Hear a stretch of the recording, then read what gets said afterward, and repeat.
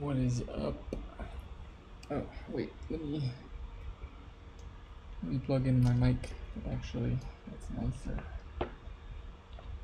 Should have done this before I started.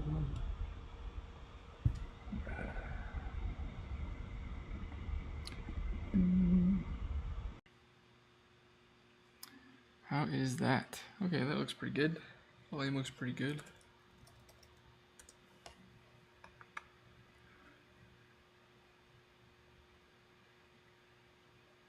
Yeah, that's gonna pick up everything. All right, perfect. Welcome to Learning Scrypto.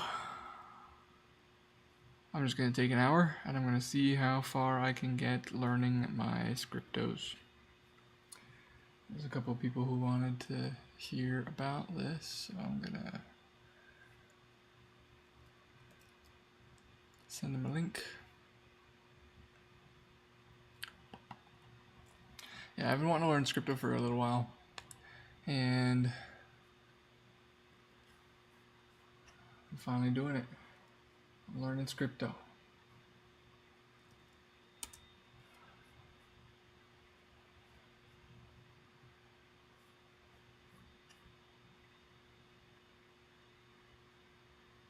Ooh, this is making my laptop lag hardcore. Let's close some browsers, shall we? Oof. Dang. Got too much crap open, I guess, huh?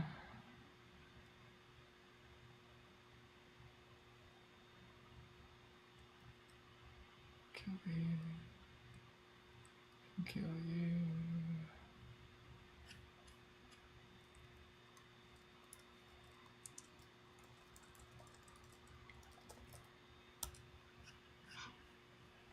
It's never been this bad.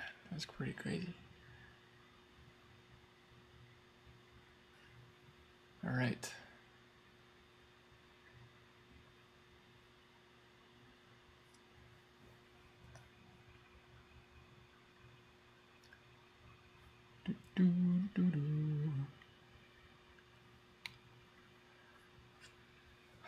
My goal in this next hour is to learn the vocabulary of Scrypto and try to put together a smart contract that can handle royalties as part of a fixed payment.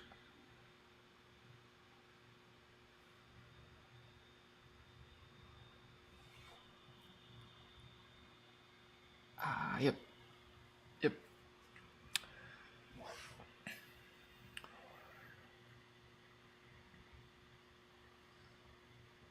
It shouldn't be too hard.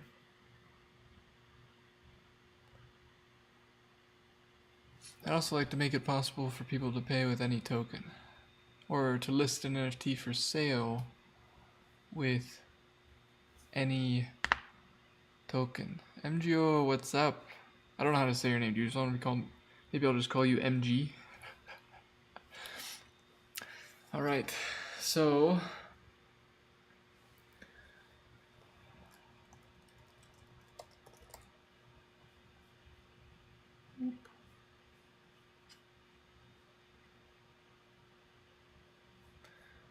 right, and my laptop is still unhappy. What's up? Just kill all the things. Might need to restart it after this. All right. So, first things first, Scrypto. Everything I know about Scrypto. Scrypto is the programming language for Radix DLT, Radix Distributed Ledger Technology. Yeah, there we go. That's what the D stands for, technology. Radix Distributed Ledger Technology. Radix, I can't, in good, knowing what Radix is, having read the white paper, I cannot speak or truthfully say that Radix is a blockchain. It is not a blockchain. It is a distributed, decentralized ledger. It's not a blockchain because they validate transactions. They don't bundle transactions into blocks. This allows a lot of flexibility and a lot of cool data manipulation stuff and parallelization with just transactions. Because, well, if I'm only validating a single transaction, there's a lot of power there. And that's because, or there can be a lot of power. Let me say that. There can be a lot of power. And the power comes from, if you know, for example, let's create a couple of definitions. Let's say that a ledger has a state, and that in that state,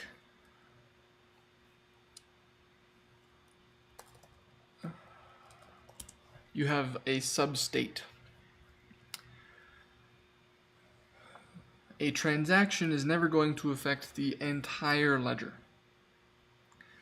which means that if I know, or if I'm able to effectively, or I should say perhaps perfectly identify the substate of the state of the ledger, the substate that a transaction is going to affect, I only need to lock down that portion of the ledger, and other transactions can continue alongside it.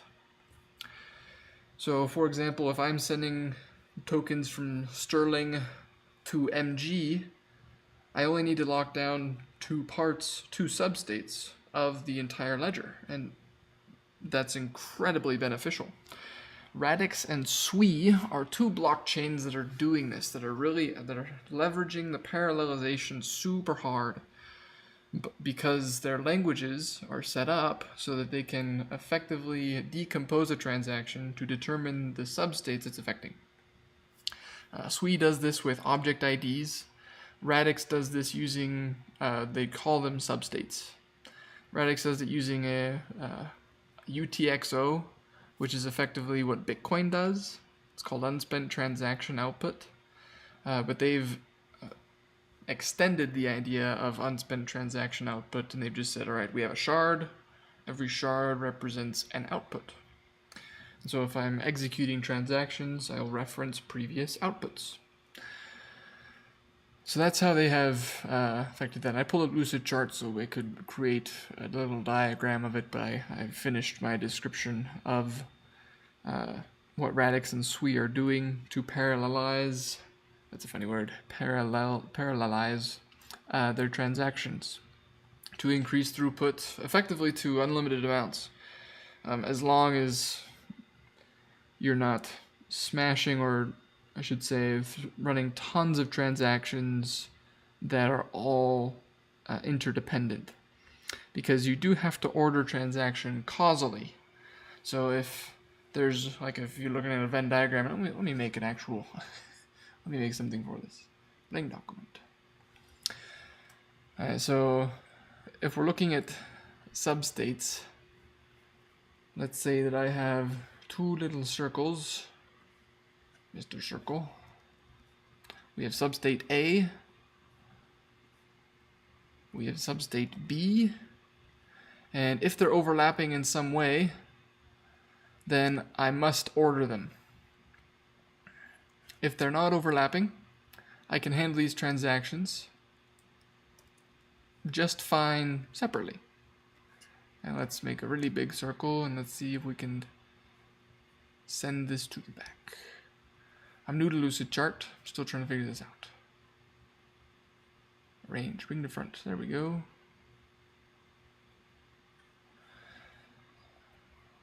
So let's call this the global state. And then we have A and B, substate A, substate B. And if these are disjoint, I'm able to run them in parallel. If they're overlapping, then I need to do something to handle them in sequence. It's pretty safe to say that a lot of the transactions that you do, like for example sending money between separate parties, doesn't have a super big impact, well, doesn't affect a lot of the state. So if I'm sending money between two different individuals, it's likely that that they're not touching, that this substate doesn't touch the other person's. And so I don't have to order them. So this is really cool. Like, honestly, I love this idea. In a proof of work scenario, you would have to run, like, you'd have to create a proof of work for every single transaction that was submitted. You could still run this exact same paradigm, but you might have a little bit of problems with consensus. I honestly don't know the science behind that, or what makes it decentralized if you're pushing so many transactions through. It's likely that, I mean, proof of work relies on you choose the longest chain with the most proof of work. And in this context, it just doesn't, like, I don't know, the difficulty of solving a transaction would have to be really low. 1, 2, you wouldn't really be able to do emissions as you have up until that point. You'd have to find a different emissions paradigm, because you can't say, I'm going to give you 5 Bitcoin per block, for example, because there are no more blocks. And if you're only doing it on a transaction basis, but there are no transactions when the blockchain or the ledger starts, there's nothing to mine. So I'm certain you can do this with proof of work consensus, but it lends itself better to proof of stake. So this is how Radix and Sui are working.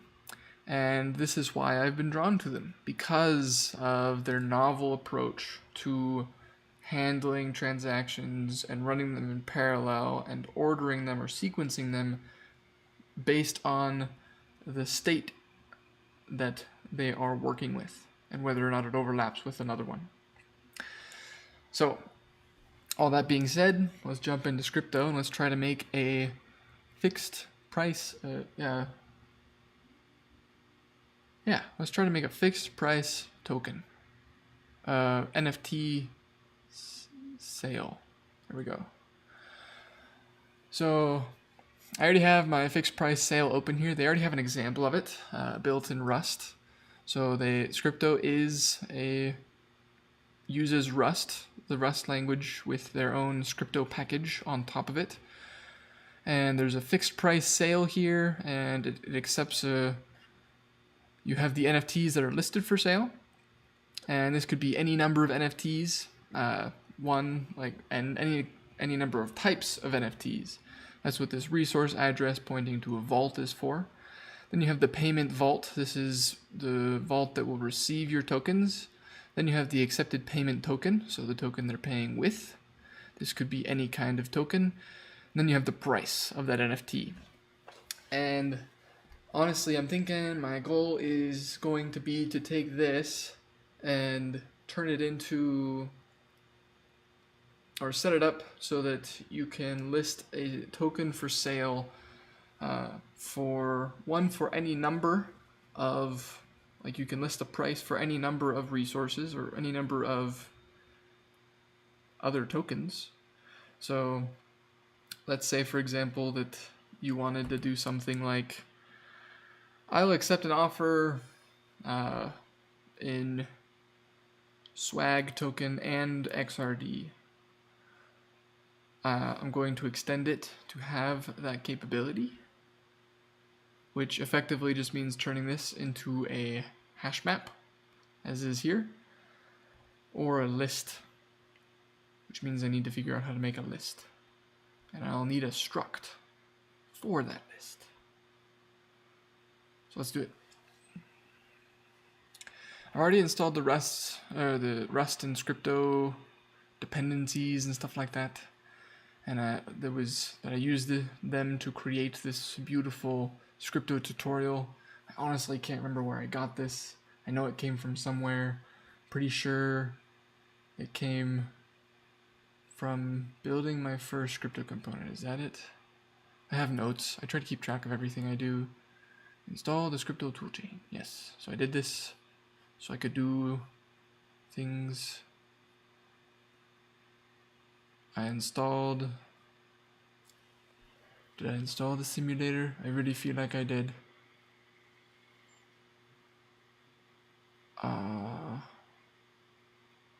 Enable cargo in the current shell. Okay, I think I need to do that. Oh, hey, look at that. Cool.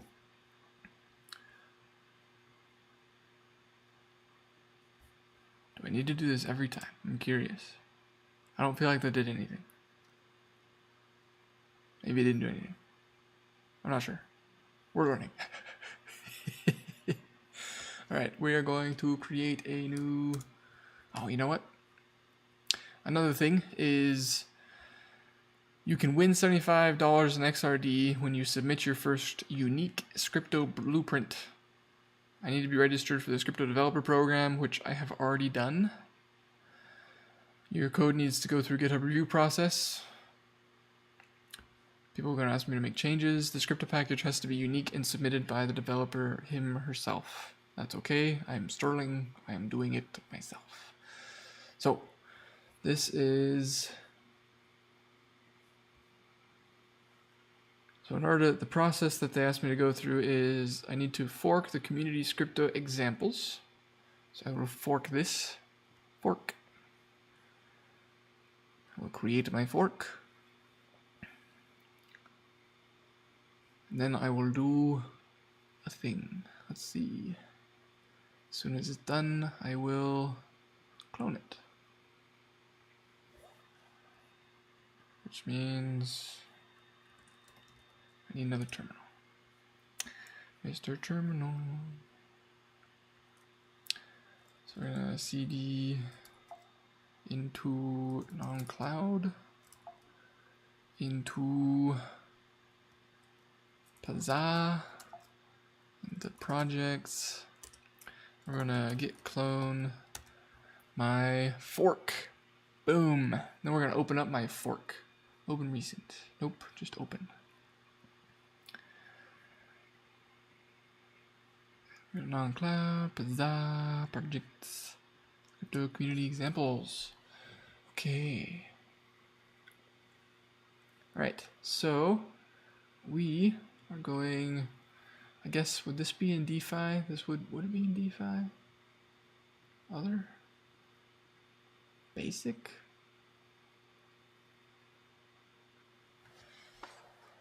What would you do? What would you call this? It's an NFT. I feel like maybe that's DeFi? Marketplace. I feel like it's DeFi. We're going to make a new folder in DeFi. And we're going to call it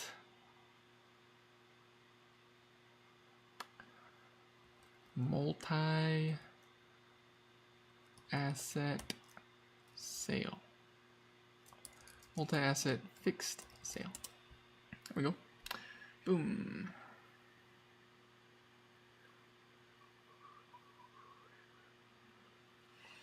Is this what I want to make though? That is a question. That is a question.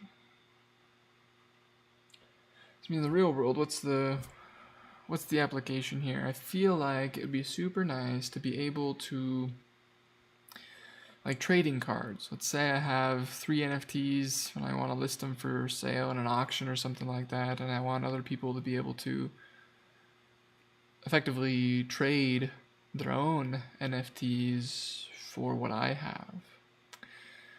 Or, I mean, pay me in tokens. Just basically, I want to accept any number of assets and any number of those assets that are being sent. So, for example, if I have a Pokemon card, I have a Pikachu, and it's a legendary Pikachu holographic or something like that, and someone is willing to trade me like a Charizard and $500 for that NFT, I'd appreciate being able to do that. But that's more of like an auction, right? Which means I want to copy the auction as opposed to... But I need to read the English auction first. Okay. Defines the state and logic involved in English auction non-fungible token sale. Signify their intent at selling their NFTs to the highest bidder within a specific time period. Okay. Bidder's badge, which proves that they placed a bid in this component, and with a proof of the amount of funds owed to them. If they wish to cancel their bid or terminate it, they must present their bidder's badge to the appropriate methods on the English. Okay.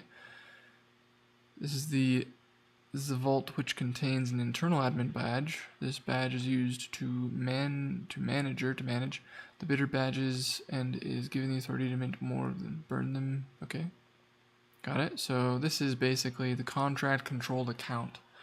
This is how they create a contract controlled account. They create a badge, an internal badge, that is used to determine, I guess, effectively who can call specific functions based on, as I understand it, rules.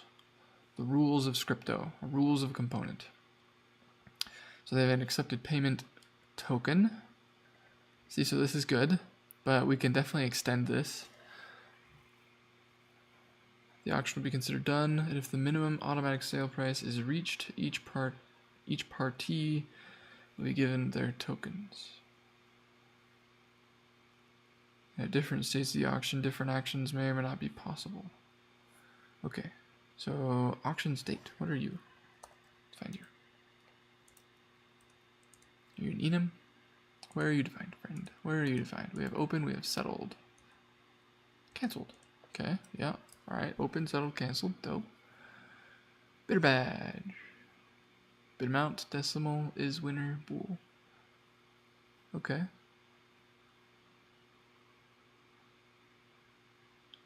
This NFT is used to authenticate bidders and allow them to add to their bids, cancel them, or claim the NFT bundle if they win the bid. Okay. So if you win the bid, you don't automatically get it. You can claim it. So that's good to know. What is a Dutch auction?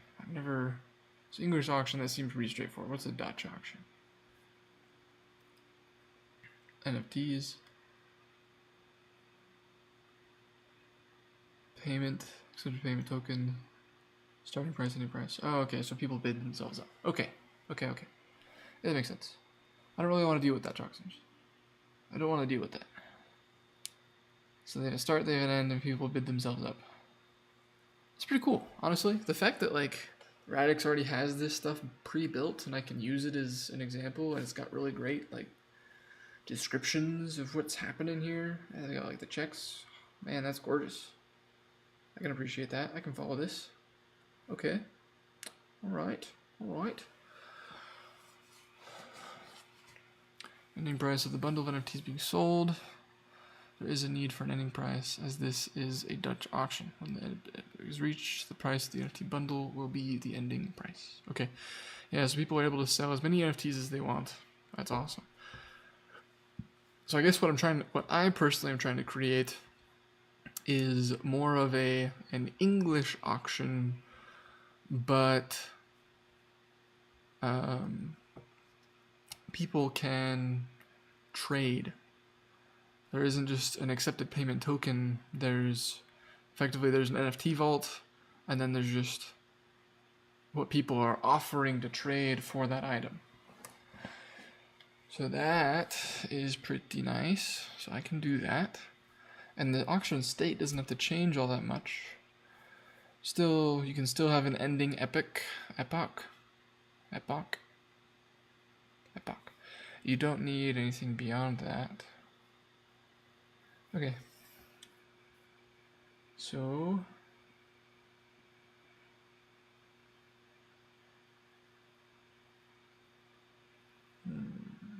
let's do it.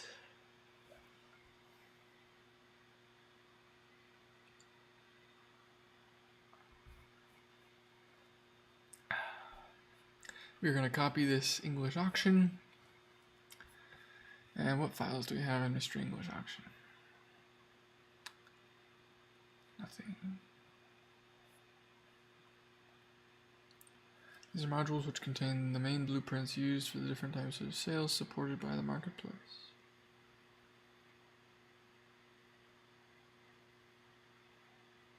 Okay.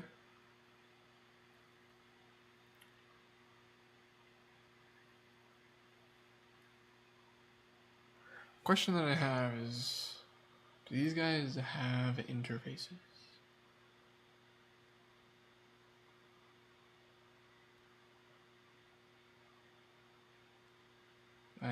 Is there an interface that I can potentially create?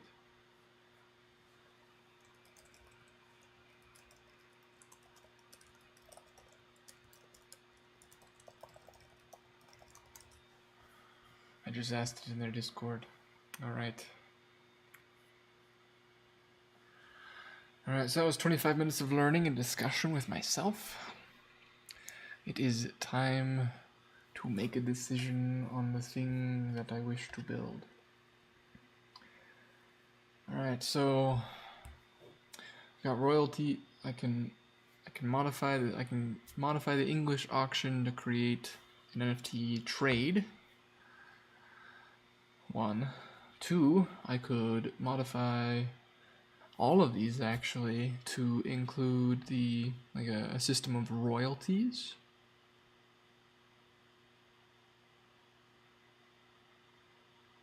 Which could be interesting. Cadena has... What's up, Sean? How's it going? One of the things I appreciate about Cadena's NFT standard is the policies, though I do think that they're a little bit rigid. I feel like you could likely create a royalty-based system here for these sales and perhaps pull the royalty from the NFT's metadata. That could be pretty interesting. Okay, so how do we create an NFT? Magic card. What is this? Oh, they've even got a game. Dang. Alright. That's not what I want. Do do do. Do do do. Do do do. Do do do.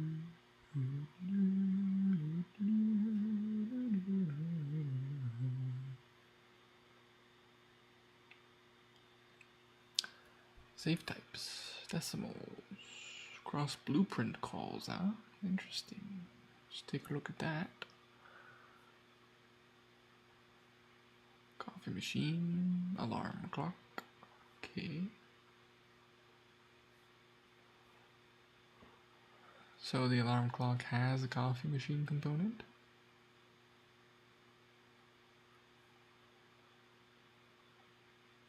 Okay. Okay.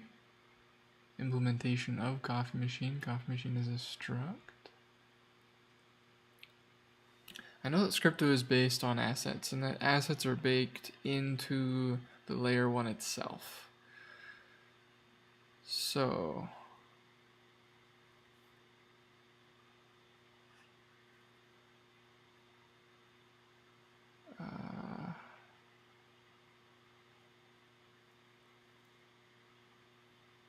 where standards?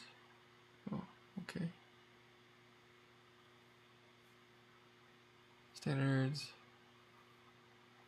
The metadata fields on entities as they wish. Token.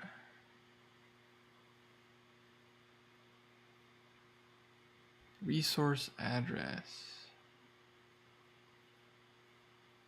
Okay, the symbol and name metadata. Okay, so you can assign metadata to any asset that you create. Question is, how do I make an asset? Bank. What is bank? You made a bucket. He's got USD in that bucket.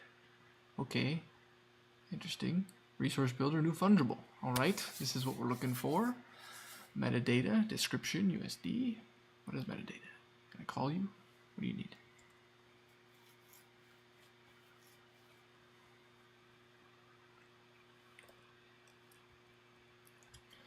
I think I need that, whoa. What just happened? What am I doing? Why am I typing in my terminal? What's going on? I don't even know what I just did. Okay, that's better. That was weird. I think I need that Scrypto.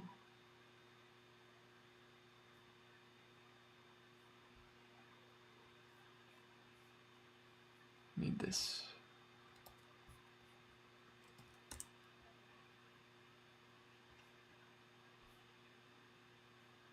Will that do what I want? I have no idea. I got this nice like color descriptions of things previously in one of my Rust files, in the previous Rust file. I'm not sure how to get it back. Add an access check for the withdraw. Cool. Okay.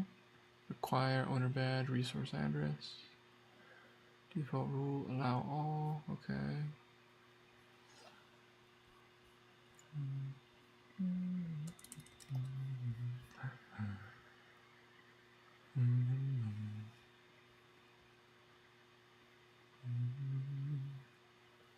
So my thought is that if we want to create a royalty system, we can use metadata. I don't know how the metadata function works. So we need to look up. Is there a search? Search. Metadata.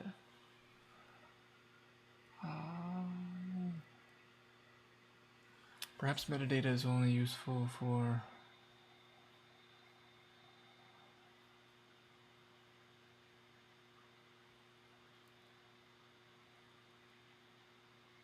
this is a new way of thinking. It's a new way of thinking. Metadata, does it only store text? I think it does. I think it only stores text.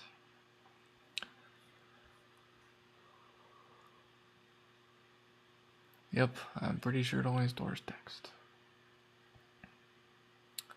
Okay.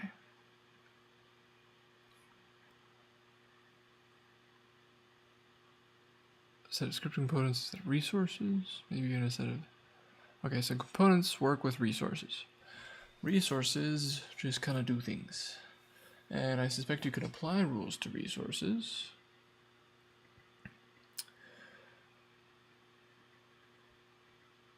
So you can make a new fungible just like this. Initial cache. Visibility maximum. Ooh. But we have bank, and the bank has vaults. And each of those have rules associated with them. So I guess the question, if I'm trying to recreate something like Cadena with royalties, we would need to approach that from a... Like, how would I attach a royalty to an NFT, for example? I'm not sure that I directly can. At least I don't think I can.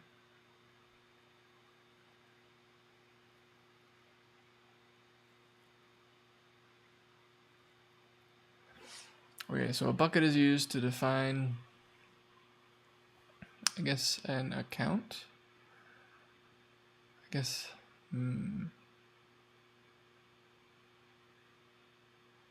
what is a bucket?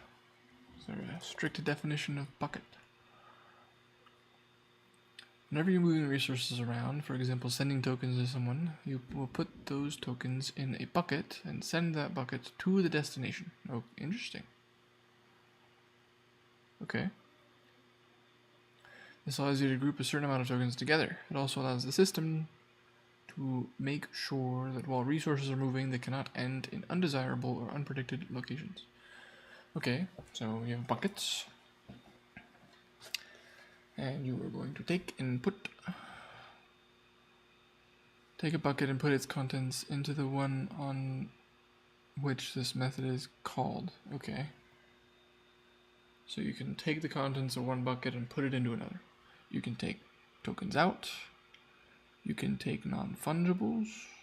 Take multiple non-fungible tokens from the bucket. Okay, so buckets can store any number of assets. I'll call them resources. I believe that's the official name. So buckets can take or store any number of resources with the specified NFTs. Okay. Takes a specific NFT from the bucket and returns a new bucket that contains it. This method panics if there are more than one NFT in the bucket. Interesting. Okay. Return the amount of tokens stored in the bucket. Returns the address of the resource stored in the bucket.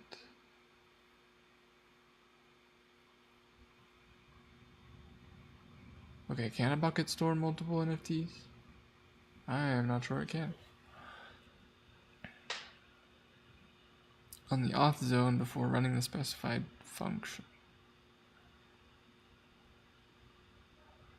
Oh, yep, I can. Okay, this vector, okay.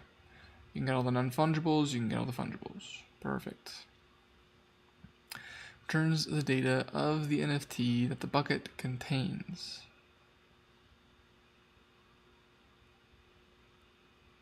Addresses of the resources stored. Okay. So would this return a list then, if I say amount? Or does this return, like if I have 5 NFTs and 1,000 USD in my bucket, does it return 1,005? I'm not sure.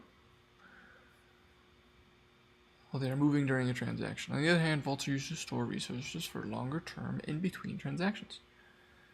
Allows the system to make sure no resources are ever lost. If, for example, someone is withdrawing tokens from their account but forgets to insert them into another vault. The most straightforward way to illustrate the concept of vaults is with account components. Each account component contains a vault for each resource type it owns, as seen in its state definition. That makes sense. So you have a resource address and you have a vault. So my account can store whatever I want, right? When an account receives a new token through a call to its deposit or deposit batch method, it checks if it already instantiated a vault for this particular resource type. New token. Okay, so accounts, you deposit data into accounts. You deposit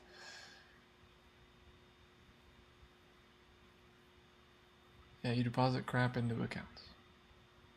It checks if it already instantiated a vault of this particular resource type. If a vault for the received resource type does not exist, one is created and the received tokens are stored in it. Okay. So, I suppose what we want to do is we want to create a component. We want to create a blueprint that allows people to attach royalties to NFT sales. I'm not sure how to enforce them yet, but that's okay. First off, we need to create them so they actually exist. I've gone through lots of different ideas, haven't I? That's hilarious. But the last idea I had was a payment splitter, but with tradable NFTs. So that people could buy and sell these NFTs that were perhaps making a daily profit. Something like that also already exists, but I'm not sure how to use it. So, okay. Creating a blueprint that can manage a royalty does not sound overly complicated. The next step to attach that royalty to an NFT is to create a blueprint that will accept a list of royalties that must be satisfied when an NFT that is stored by it sells.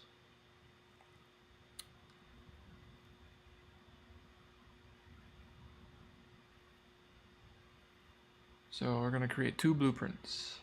The first blueprint will store the royalties. The second blueprint, well, there's not really any reason to separate them, is there? Because the first blueprint, I can't really attach that to an NFT, can I?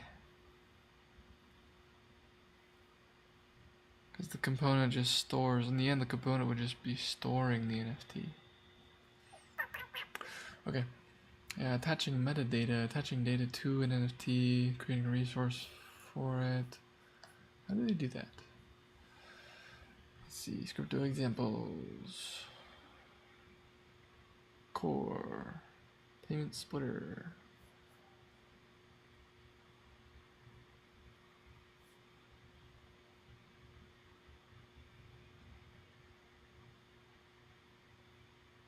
Burn the share of the tokens, okay.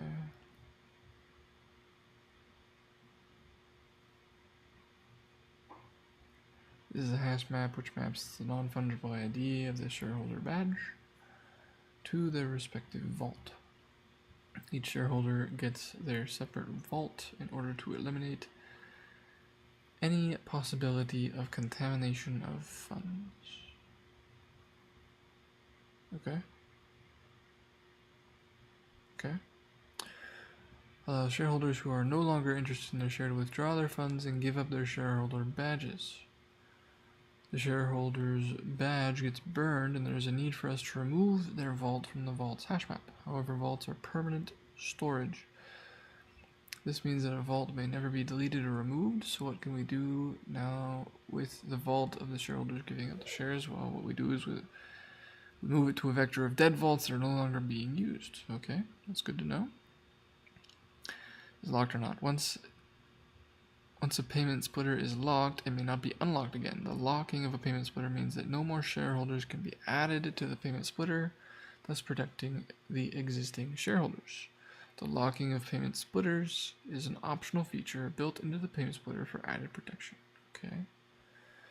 This is an accumulator that keeps track of the total amount of shares that are owned by all the shareholders. This is mainly used when we're trying to calculate how much of a given token is a shareholder owed. Okay. So a payment splitter accepts a resource address, and I can make as many components as I want out of this, so I can accept any resource. Cool.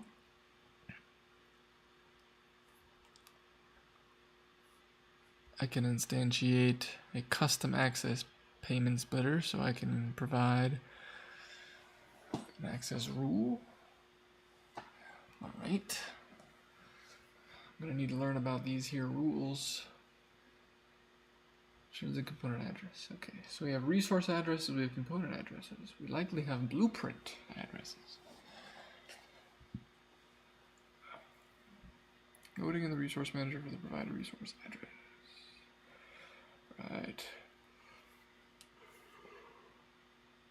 Ooh, excuse me. Creating the internal admin badge, which we'll use for the minting and burning of the shareholder tokens. Yep. So metadata, key value. Key value. Divisibility 9, new fungible. So I just make an NFT. They mint 1. It's a bucket. It's in transit. They'll probably give this to a vault at some point in time. The shareholder badge. Resource address. Resource builder.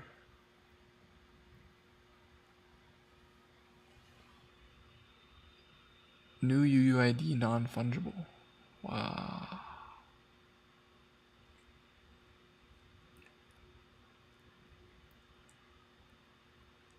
Okay. Interesting.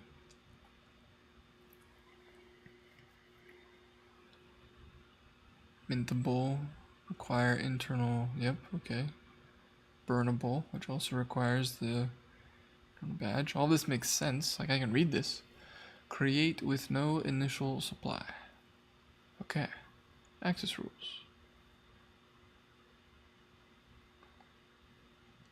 Creating the payment splitter component and setting the auth on the methods. Interesting. Okay. Method add shareholder. Withdraw and lock rule. Clone. Deny all.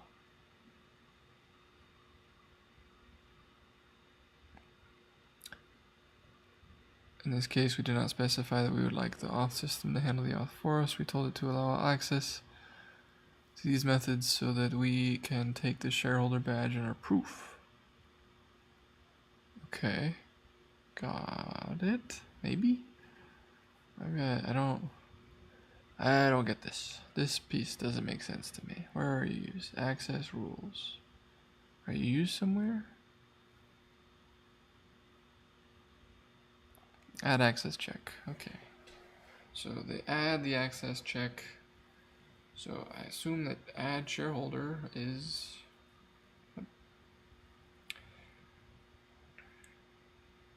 This is an authenticated method that only an admin with an admin badge can access and make use of. Okay, withdraw and lock rule. Is that? Okay. Okay. This one is much more simple, right? They turn 1 into a decimal? Why? That's weird.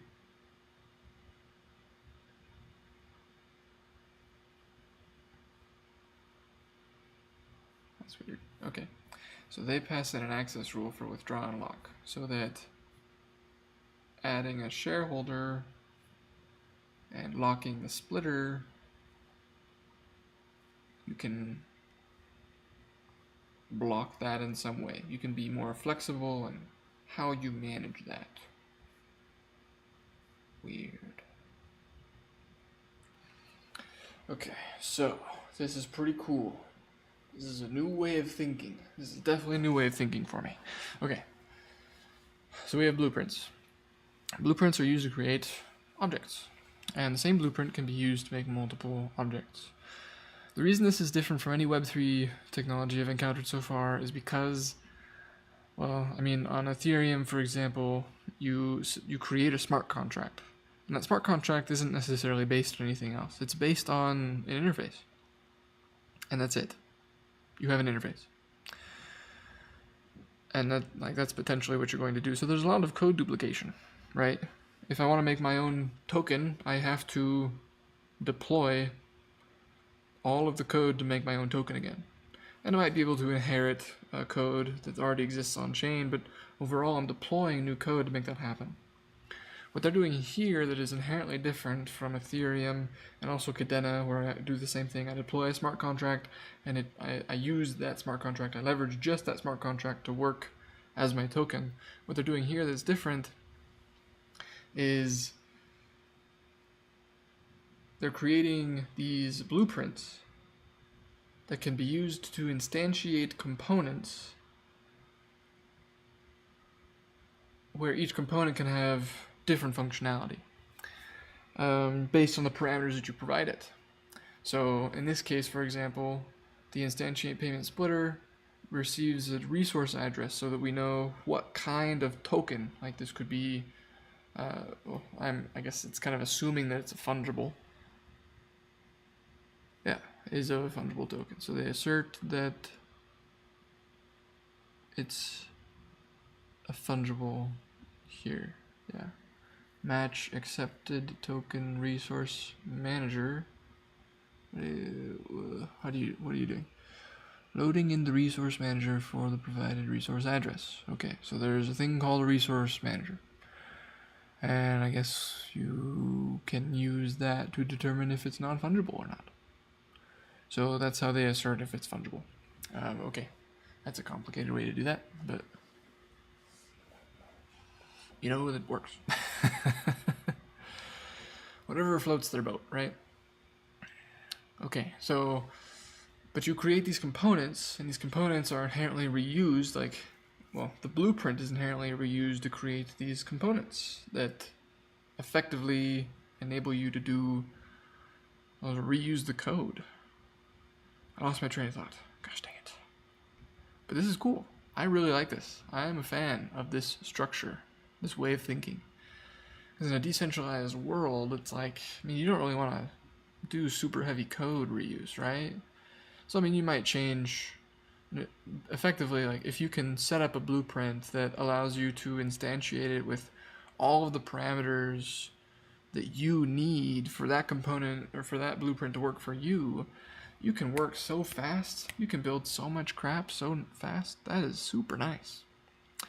And everything on chain is a resource. And so any component, or any blueprint, I should say, I need to get my vocab right. Any blueprint that works with resources, depending on the resource type, right? It could be fungible or non-fungible. Any blueprint that works with a resource can accept any fungible or non-fungible resource, like this payment splitter. It can accept any fungible resource. It'll work for any of them. It doesn't matter. You just say, hey, I need to create a component for this resource, And if I want to be specific with my withdraw and lock rule, I can. But otherwise, you're good to go. It just kind of works. So that's pretty cool. That's pretty cool. So we're going to add a shareholder. Okay, so just thinking of it visually. We have blueprints, which is effectively a class. And then we use classes. We can create multiple classes from the same blueprint, or we can create multiple objects from the same class. So blueprint is a class. Object is a component. Resource is just an available thing. And buckets hold resources. Buckets hold resources in transit. Vaults hold resources at rest. All right.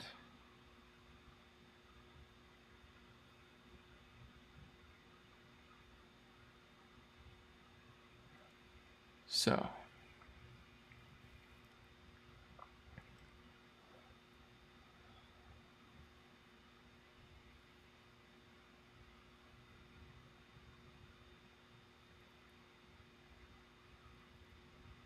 let us see. I'm gonna finish in 9 minutes. Let's see if I can use the remaining 9 minutes to build my royalty-based NFT fixed token sale, because that's just the simplest place to start. I don't want to start any more complicated than that. So we're going to rename this to be royalty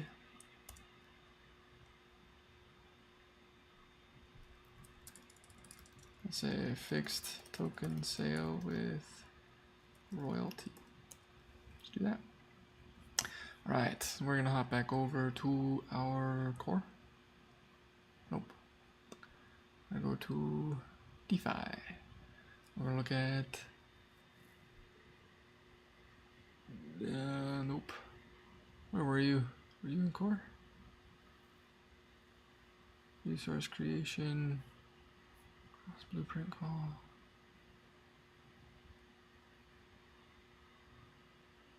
Marketplace? There was a market. There was something called a marketplace. Where are you? Where'd it go? Where'd it go, friend? Managed access, payment splitter, Radix name service. Is it an NFT? NFT marketplace. There we go. Gosh dang it. Okay, so we have a fixed price sale. We're going to copy this. We're going to paste it in.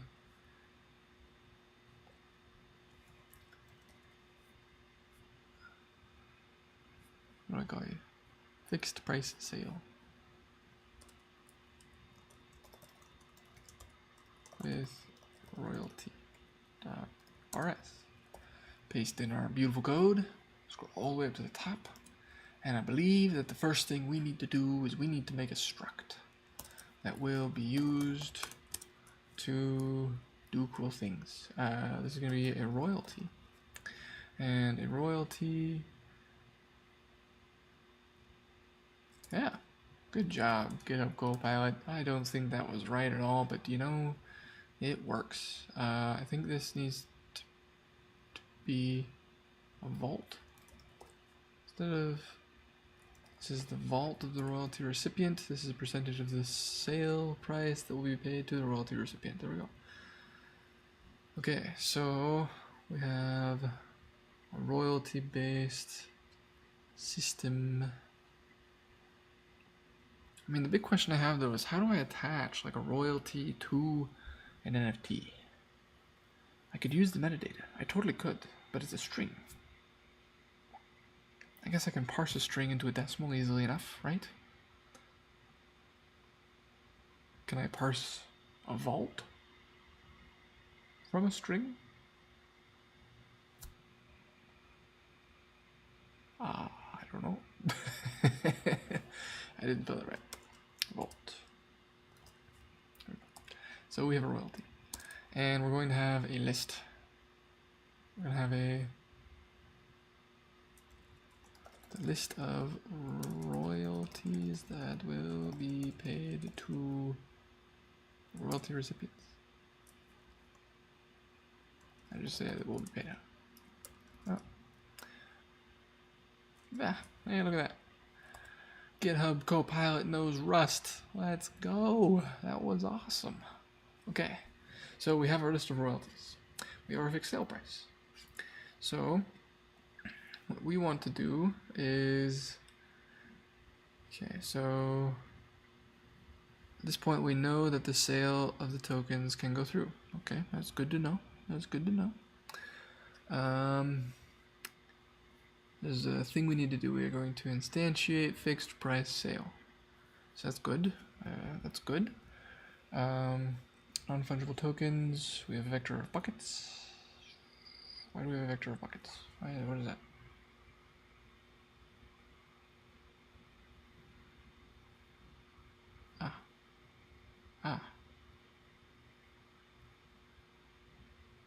Okay, so in the process of creating this component, I will be giving it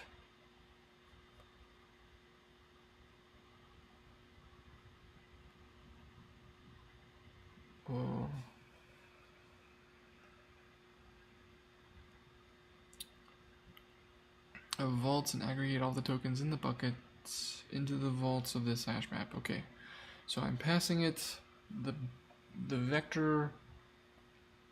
Why is it a vector of buckets? Can't a bucket already store multiple things? Why do they need multiple? That's odd. This feels odd to me. I'm not sure why that's a thing. Maybe it just makes it easier to use? I don't know. I'm not sure.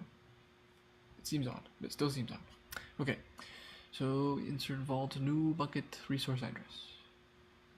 I don't know what this does. Somebody passes multiple buckets of the same resource. Oh, okay. So, okay. What? Basically, we're taking all of the buckets, we're looping over them. This into iter. That's a fun way to loop. 4 bucket in non-fungible tokens into iter. So I create a new loop and I loop through each of the buckets. I create a bucket for that. I get the resource address of the bucket. Okay.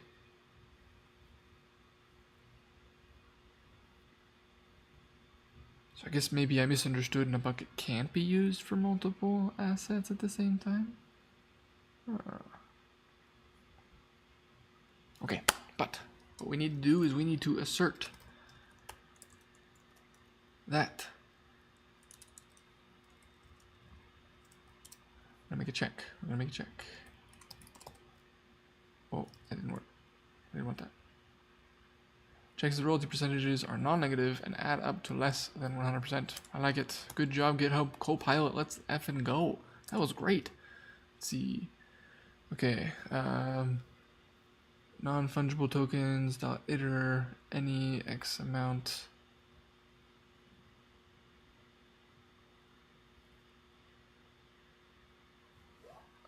Okay, yeah, sure. I'll take it.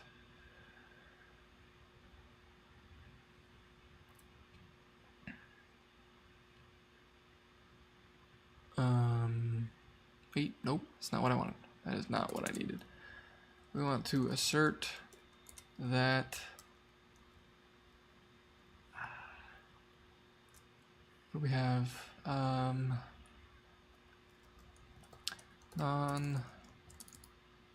You know what? I need to pass in a list of royalties. That's what I'm missing. Royalties, which is a vec of royalty. And can I have a comma there? I'm not sure I can. Undo. Okay, he had a comma, so I can have a comma at the end. And it won't get angry. This is good. This is very good. Okay, so we are going to do a royalties dot iter. Okay, yeah, so royalty percentages cannot be non-negative. And then iter fold decimal 0. Okay. I'm not sure what these pipes are. Those pipes are new. That's very interesting. I can't. It's weird. Why do we use pipes? It's less than decimal dot decimal from decimal zero. Where are you getting decimal zero? Oh, right here. Okay. Okay. Yeah. Yeah. So this is fine. So we're looping through our royalties. We're making sure the royal percentages cannot add up to more than 100%. They must be less than or equal to 100%.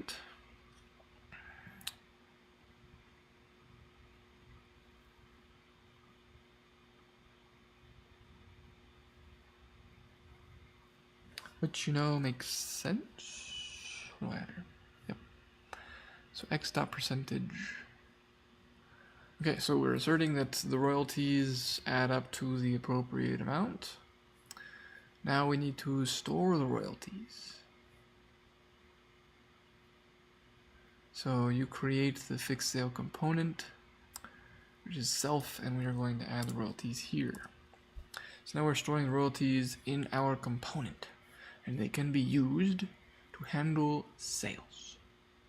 Cool. Alright. Energy is controlled by this component.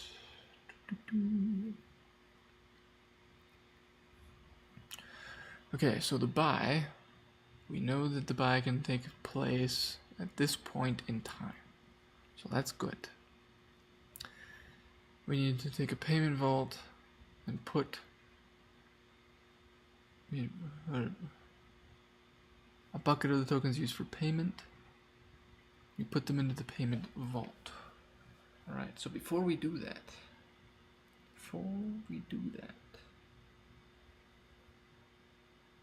what we need to do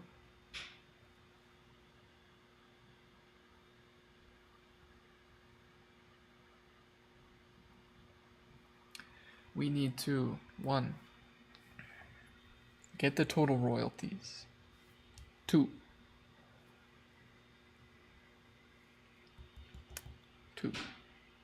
loop through all of the tokens or all the royalties and pay them first. And then lastly, we'll do that payment vault.put. Okay, so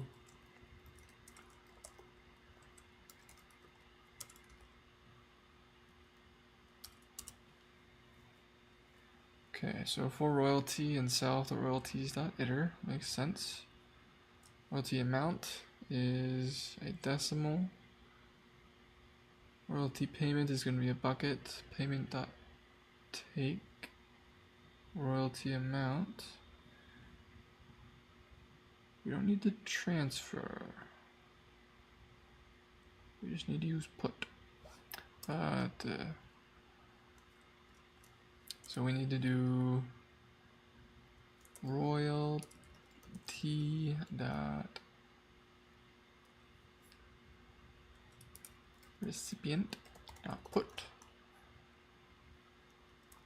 payment dot take royalty amount. Okay, so that should pay them. Now the question I have though is I need to sum up all of the royalties that have taken place. So just sum up how much I've paid these people so I can subtract that from the price that they are paying. There's also rounding errors to take into account, and I'm not sure how to deal with those yet. So what we are going to do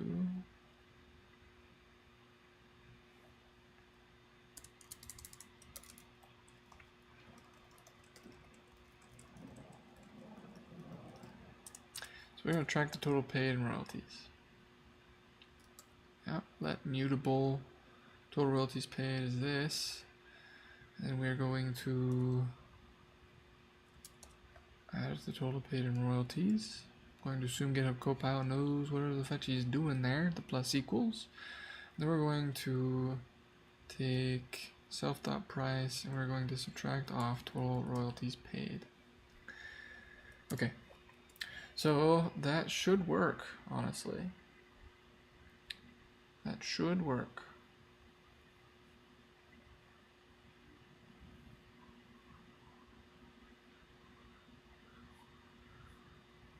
So that's the only time I need to really care about a sale.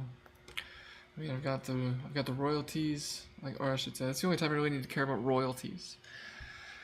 Like canceling the sale, withdrawing the payment, doesn't really matter. We can change the price. Also doesn't matter because royalties are a percentage. You can get the price.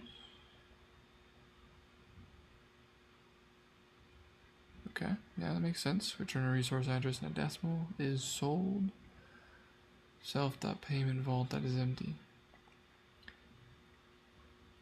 Here's the payment vault. If the payment vault is empty, then it means that the tokens have not been sold. On the other hand, if there are funds in the payment vault, odd. Okay, so they're assuming that the payment vault has funds. What if the person transfers their funds out of the payment vault? This wouldn't count as sold at that point, right? That doesn't seem right. That seems weird. Okay. Returns a hash map of the NFTs being sold through this component. This method returns a hash map of the NFTs being sold. Okay. Here's an address of the resource, and the value is a vector of non-fungible IDs belonging to this resource address. They're being sold. Okay. Okay, makes sense. So that's cool. So non-fungibles have a non-fungible local ID. I don't know what that is, but it seems valuable. Probably to give every single non-fungible in, let's say, a collection a different ID. And that's likely something that you can choose to do. Non-fungible addresses. Non-fungible global ID. Okay, alright, so we have non-fungible global ID and a non-fungible local ID. Vector non-fungible addresses of the NFTs being sold.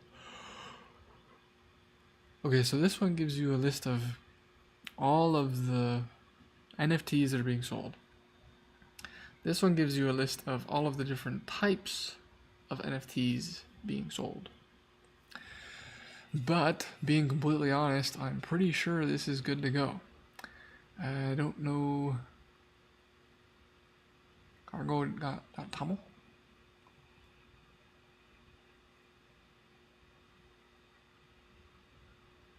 Okay, Scrypto. Do all these guys have a cargo.toml? They do. Oh my goodness. Okay. Probably gonna need to come back and add a cargo.toml. It'd also be really nice to see if I can figure out how to, if there's a way to turn a string into a resource.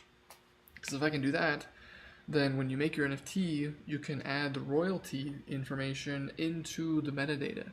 So you can have a royalty with like a vault, for example, and a percentage.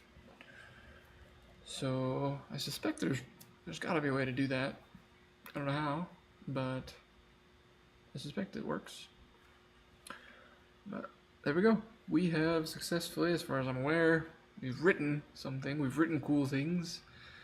No idea if it works. We likely should write tests. So I guess that'll be next time. Figuring out how to write tests. Do they have tests? Didn't look like they did. Bootstrap? What's Bootstrap? All the resources which we need to use to test the NFT model. Okay. Hey. Car, phone, laptop. Non-fungible data.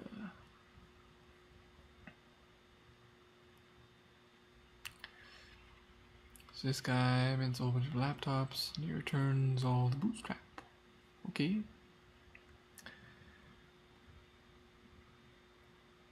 The blueprint that creates some test NFTs for us to use when testing the blueprints. Okay. Okay, honestly, let me just say that this creation of NFTs, that is super nice. Wow. Symbol fast.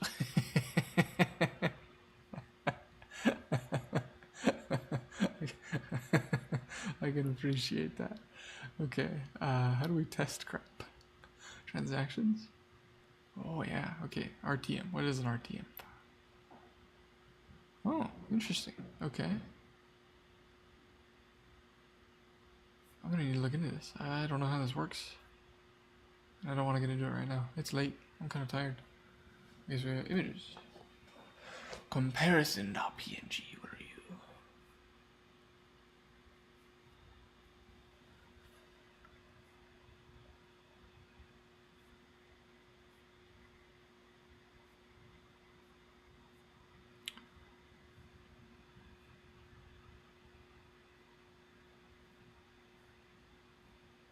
Yep, so they use sale components.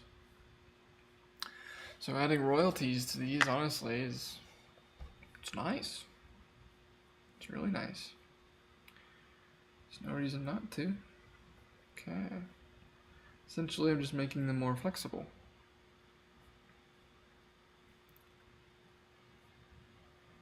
And if we can tie royalty data to the NFT that's making the sale, that's nice. That would be nice. Wait a second. We don't need to do that. I'm such a chump. Look at this bootstrap. Struct car. We can have the non-fungible data have the royalty in it. Whoa. Hold up. That's awesome. Okay.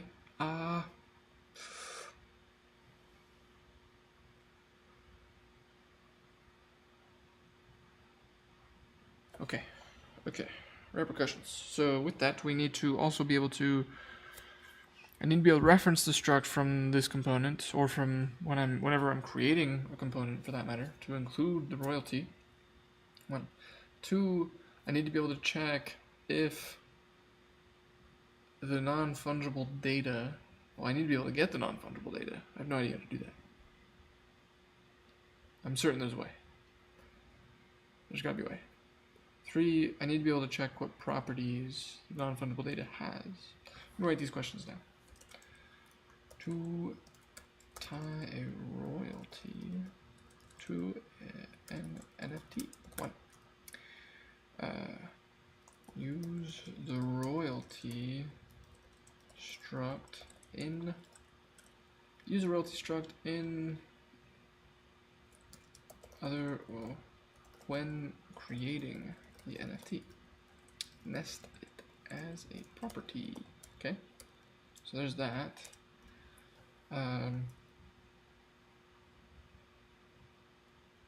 Check and see if the NFT data has the royalty property,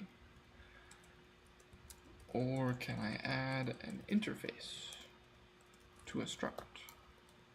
Because that would be nicer. Finally, let's see, we need to check and let's see, check if the NFT inherits data has the royalty property, or implements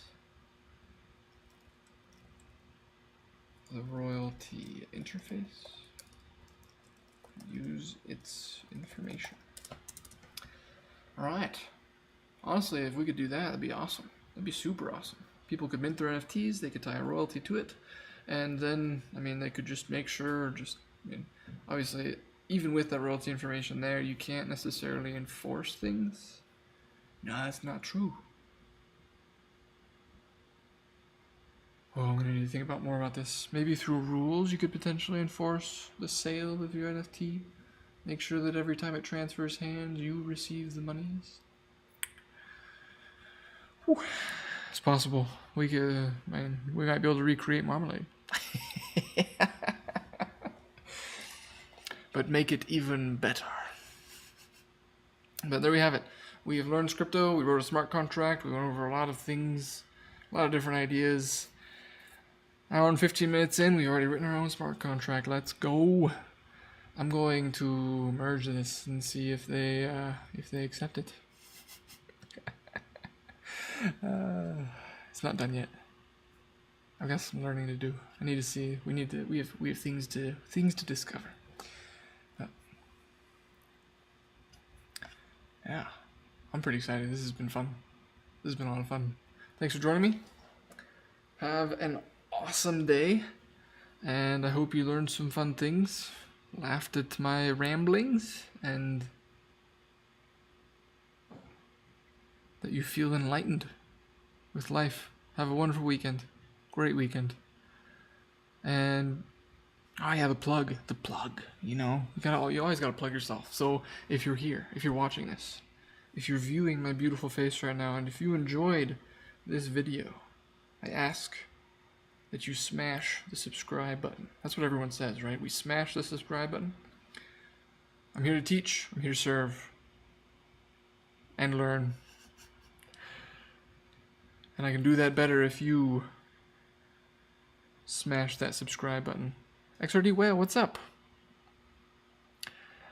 Welcome. Yeah, just caught up at the end.